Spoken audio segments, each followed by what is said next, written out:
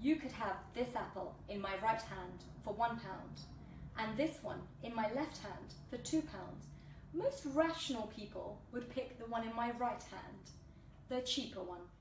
But it's not as easy to pick stocks in the stock market. In fact, it's super complicated and most people just stay away.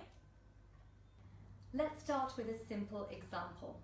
Imagine there are two completely identical companies like these apples here.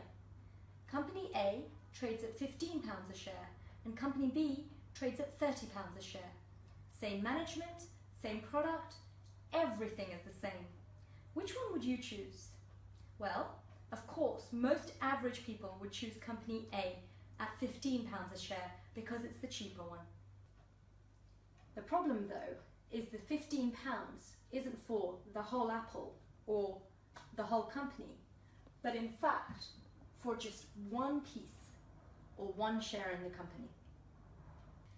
Companies can smartly decide the size of each share that they issue in various ways, but we won't go into that right now. What we do know is Company A gave us a very small piece of the apple, and Company B gave us a piece that's at least 3 times the size. Which would you choose now? Obviously, Company B, because it's better value. So, the key point here is, it's not enough just to know the price of the share, we should also know how many shares have been made or how many pieces have actually been cut. Once you know the price of each piece and the total number of pieces, you can figure out the price of the whole apple. Remember, these two companies or apples are identical, and what we now know is Company A is available at £150 and Company B is available at £90. So which one's better value? Company B, of course. Now, let's take a moment to fix the terminology. All this time we've been talking about price per piece, which actually means price per share. And number of pieces is obviously number of shares. When you multiply the two together, you get the total price of the whole company. And this is something called market capitalization. Let's look at a real-world example.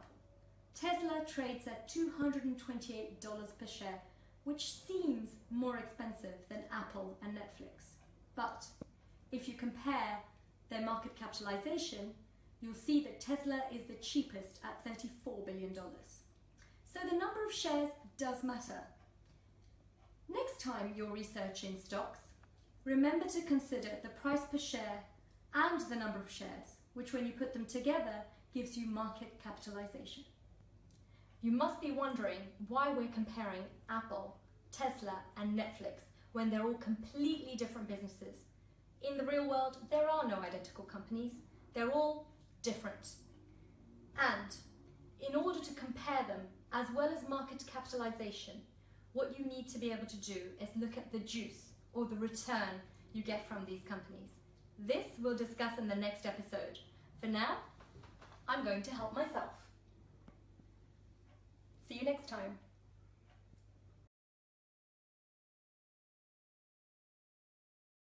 We also need to look at, what do we need to look at?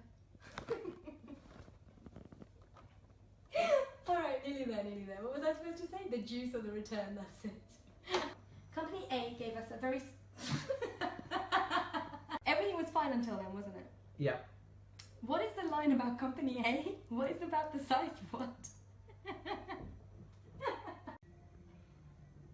Where is the smoke? Okay. Once you...